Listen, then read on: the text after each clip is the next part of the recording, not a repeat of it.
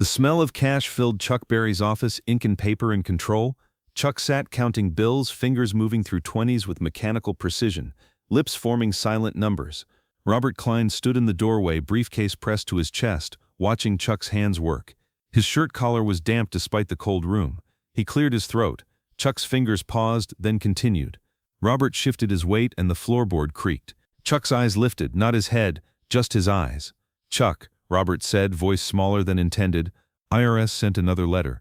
Chuck's hands stopped. He placed both palms flat on the desk, fingers spread wide, tendons standing out beneath skin. His jaw flexed twice, then his face went still. Not calm, still. "Nobody touches my money," Chuck said, voice ice on glass. Robert placed the manila envelope on the desk edge. The IRS logo stamped in the corner. Chuck looked at it like a dead animal. His right hand hovered over it for a moment, then pulled back. He returned to counting. The envelope sat between them like a grenade. What Robert didn't know, this wasn't the beginning. It was the end. Robert became Chuck's accountant in 1974, 2 years after Agent Raymond Tesler first knocked on Berry Park's door. The stories were true. Chuck only took cash, counted every bill twice, kept serial numbers in a notebook. But the truth was worse. Chuck earned $500,000 yearly in concerts and paid taxes on $12,000. The math didn't work. Agent Tesler was 43, methodical, patient, wore gray suits and carried a leather notebook everywhere. He'd visited Berry Park 3 times between 1972 and 1974, always asking, "Mr. Berry, where are your concert income records?" Chuck's answer never varied. "Lost them." Tesler would write in his notebook and leave. His eyes said, "I'll see you again." Chuck interviewed Robert in the money counting office. "You ever work for government?" "No." "Ever testify in court?" "No." Then Chuck opened a filing cabinet and pulled out a shoebox filled with crumpled receipts from 1960 to last week. None added up to Chuck's actual earnings. "Make this work," Chuck said. "Make the numbers small. Make the IRS go away." Robert realized Chuck wasn't cheating the system, he was trying to survive it, but survival had a price, and the invoice was coming due. Between 1974 and 1978, Robert watched Chuck's paranoia calcify. Every tax conversation ended the same: "Nobody touches my money." Every suggestion for business accounts met silence. Chuck performed 100 concerts yearly, stuffed cash in a leather satchel handcuffed to his wrist, drove back to Berry Park, counted it in his office, locked it in a floor safe he'd installed himself. Only Chuck knew the combination. The safe was his church, money his congregation, counting his prayer. Robert tried explaining banks were insured, records were protection. Chuck listened like elevator music.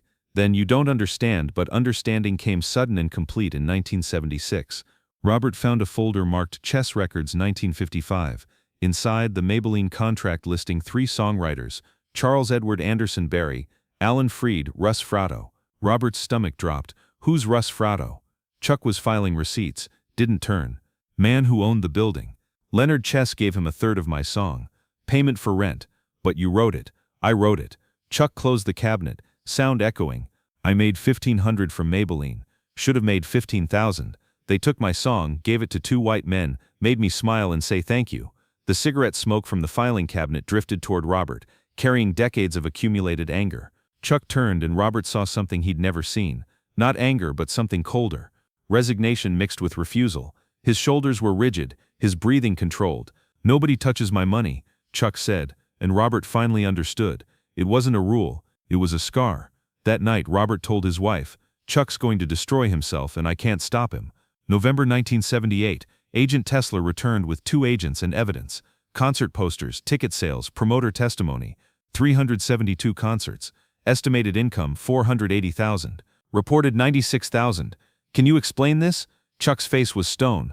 "I can't. Can't or won't. Both." Tesler closed his briefcase. "Then we'll see you in court." But Chuck didn't seem worried. That's what Robert remembered most. Chuck's complete lack of concern. Robert tried explaining. "Federal charges, prison." Chuck listened, nodded, counted his money. Themetta tried too. Kitchen confrontation. Robert heard through the wall.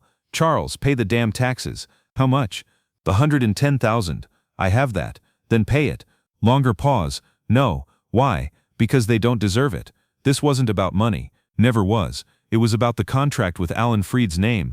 About 20 months in Mann Act prison. About 1,000 stages where white audiences loved his music, but wouldn't let him use their bathrooms. The IRS wasn't asking for money. They were asking for surrender. And Chuck Berry had stopped surrendering in 1955. January 1979. Chuck performed in Chicago. Backstage after the show, the promoter handed him $4,200 in cash. Smiling, Chuck counted every bill, locked it in his satchel, nodded. The crowd had roared. Everything seemed normal. For one night, the world worked exactly as Chuck needed it to.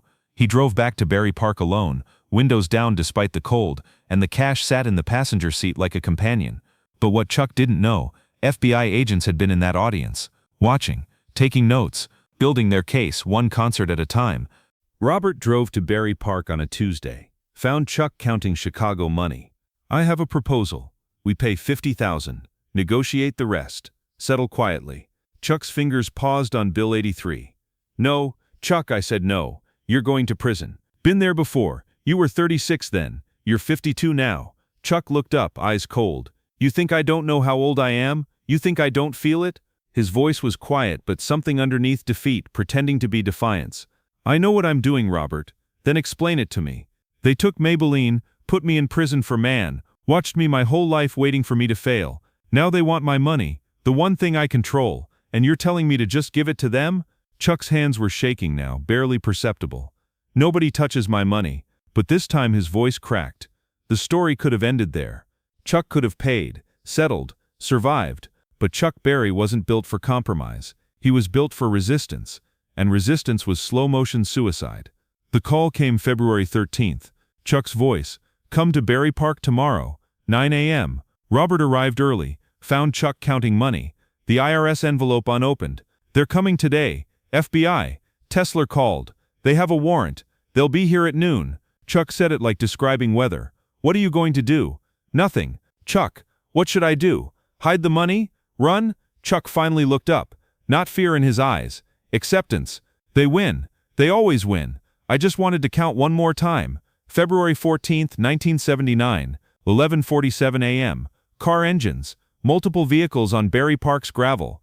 Robert was in the kitchen with Themetta making coffee. Her hands didn't shake. She'd been through this Mann Act arrest, trial, prison visits. "Is he in his office?"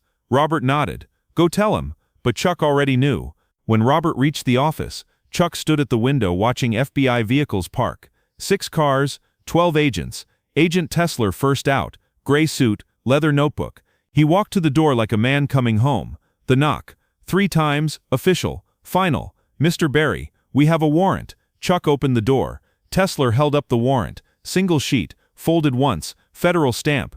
"We need to search the premises. Specifically, undocumented cash and financial records." Chuck stepped aside. Agents came in like water. 2 upstairs, 2 basement, 4 main floor. Tesla went to Chuck's office. Chuck followed like a man walking to execution. Themetta stayed in the kitchen. Tesla knelt, ran his hand across carpet, found the seam where the floor safe hid.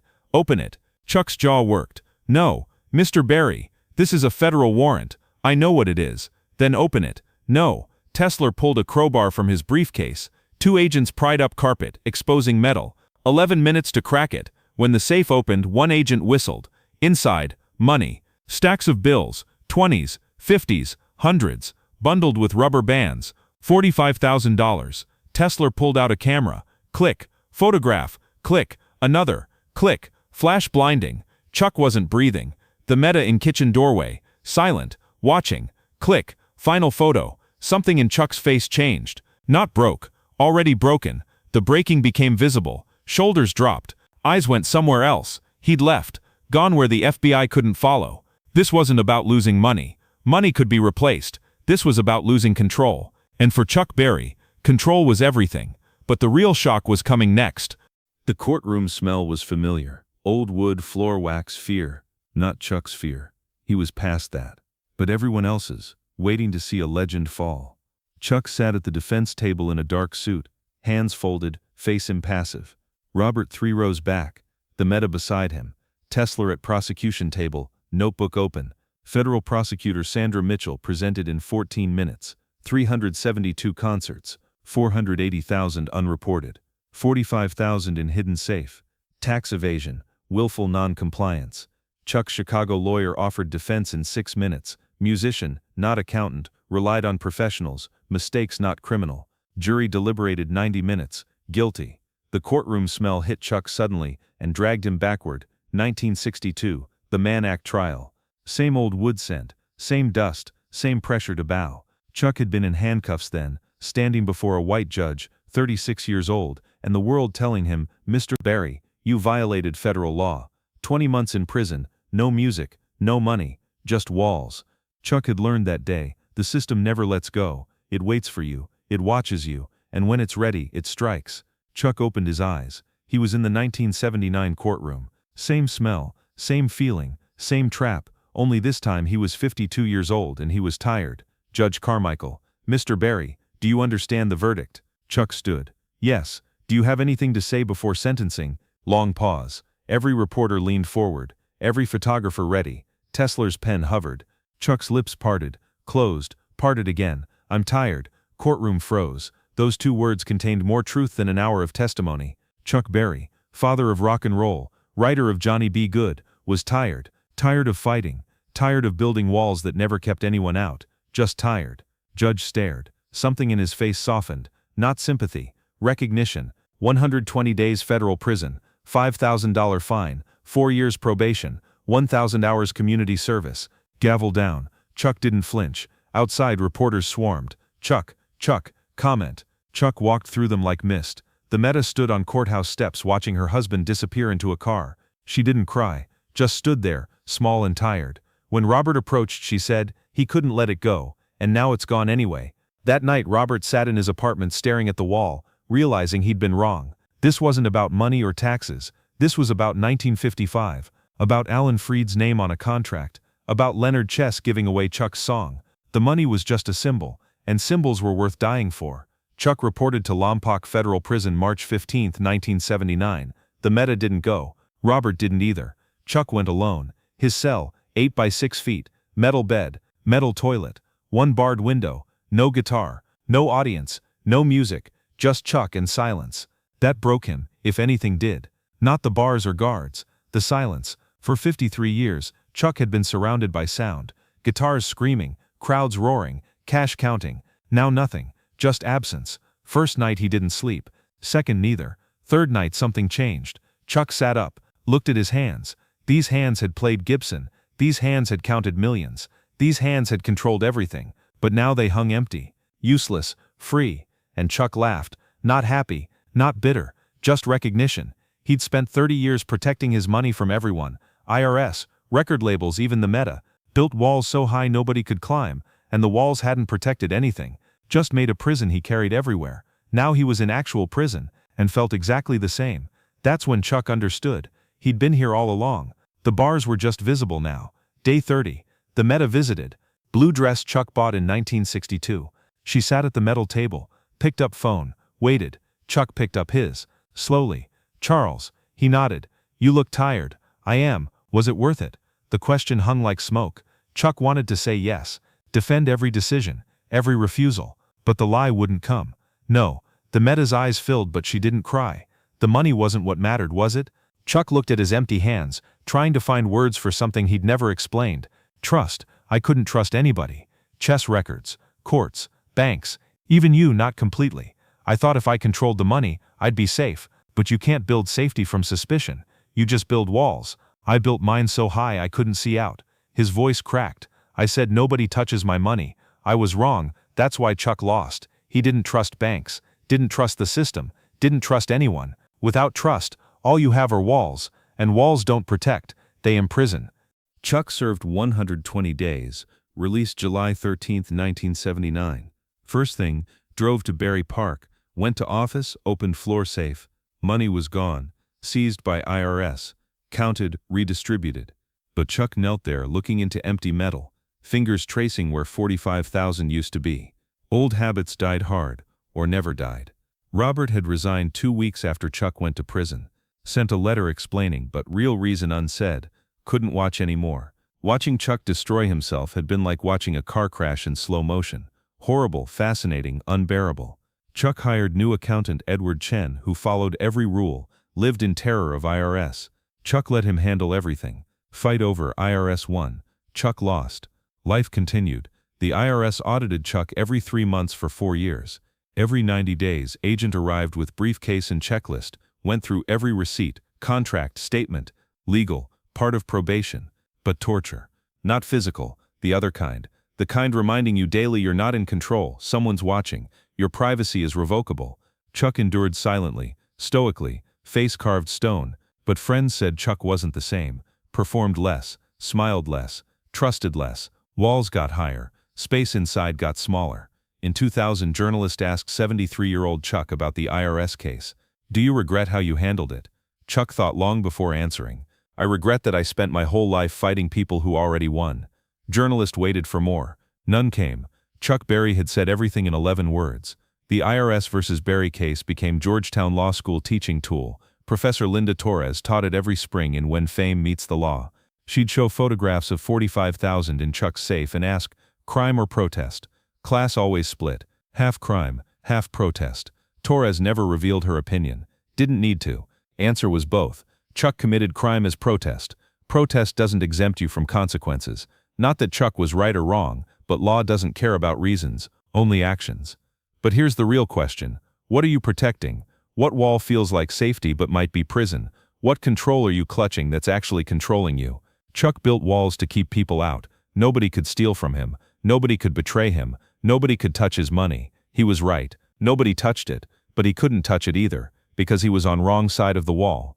March 18th, Chuck Berry died at home in Wentzville, 90 years old. Themetta found him unresponsive at 12:40 p.m. Paramedics arrived 14 minutes later. Already gone. Natural causes. Funeral private. Family only. Robert didn't attend, moved to Arizona, hadn't spoken to Chuck in years, but read about death in newspaper and felt something he couldn't name. Not sadness, not relief, maybe just closing a very old circle. Themetta cleaned Berry Park slowly. In Chuck's office she found the floor safe still beneath carpet. Opened it for first time since 1979 FBI raid. Inside $32,000 cash. 20s, 50s, 100s bundled with rubber bands, arranged in neat rows. Nobody had touched it. Not IRS, not lawyers, not family, not even Chuck in his final years. Just sat there accumulating meaning like dust. Themetta stared at money long time, then closed safe, walked away. Never opened again. Today Berry Park stands, but gates are locked. Grass grows wild. Office where Chuck counted money exactly as he left it. Desk, cabinets, and beneath carpet, floor safe containing $32,000 nobody will count. IRS case file archived in Washington, available to researchers. Photographs of 45,000 in there too. Evidence of crime that was really scar. And somewhere in St. Louis safety deposit box. 1955 contract with 3 names, Charles Edward Anderson, Berry, Alan Freed, Russ Fratto. Chuck kept it his whole life. Not as memento, as reminder of the day he learned nobody protects you. That system takes what it wants and calls it legal. That if you want to survive, control everything. Or try. Even if trying destroys you. Nobody touches my money. That was Chuck Berry's epitaph. Not written on his gravestone, but should be. It's the truest thing about him. He protected his money from everyone. IRS, lawyers, family, friends, system. Protected it so well that in the end it was worthless. Just paper in safe nobody opens. Just numbers meaning nothing. Just illusion of control. Control cost him 120 days prison. Cost him peace. Cost him trust. Cost him everything except the thing he was protecting. And that thing, that money, that cash, those bills, sits in safe under Berry Park right now. $32,000. Untouched.